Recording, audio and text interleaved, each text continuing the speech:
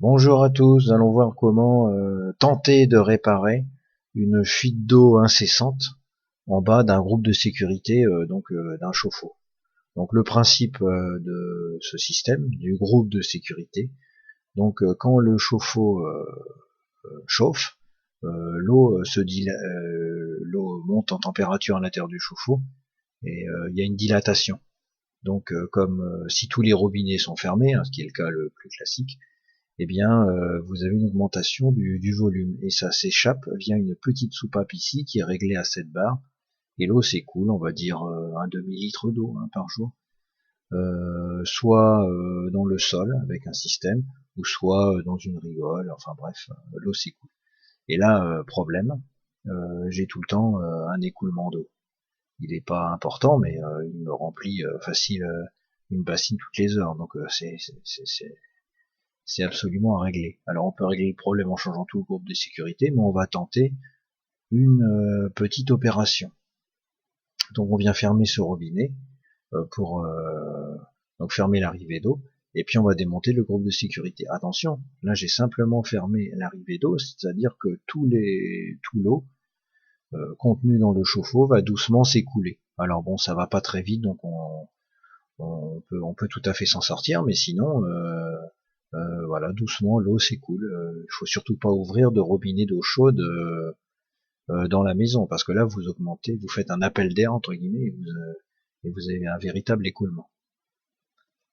Donc on enlève la partie qui est ici, voilà, pour faire apparaître le système de vissage. Donc on dévisse, c'est du 24. Donc on peut utiliser soit une grosse douille ou soit on y va, voilà, avec simplement une clé à molette.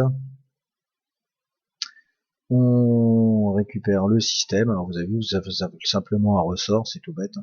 Et puis un caoutchouc qui ici est très endommagé, donc qui vient appuyer. Et le problème peut venir de là. En sécurité, donc là on voit, j'ai tout démonté. En sécurité, sur le groupe de sécurité, justement, on vient passer un petit coup de rodoir pour bien refaire la surface de contact, de posage du caoutchouc. On s'intéresse maintenant à cette partie-là. Donc en fait, je vais utiliser de la toile ébris. Je vais venir frotter pour, voilà, vraiment, c'est en cours, faire disparaître cette marque. Donc on enlève peut-être un demi-millimètre de caoutchouc. Il ne faudrait pas le faire 10 fois, mais bon. Voilà, au moins pour une fois, normalement ça devrait marcher. Donc une fois que vous avez terminé ça, eh bien vous remontez l'ensemble et vous remettez en pression. Et voilà, vous observez quoi. Soit vous avez encore une fuite, à ce moment-là, il faut changer le groupe de sécurité. Ou alors, bien, vous avez résolu comme moi votre problème et voilà, vous êtes très content. J'en profite pour vous dire que de mon expérience sur les chauffe-eau, il y a toujours des problèmes quand en amont du groupe de sécurité, il n'y a pas de régulateur de pression. Donc le conseil que je peux donner, c'est de toujours installer un régulateur de pression.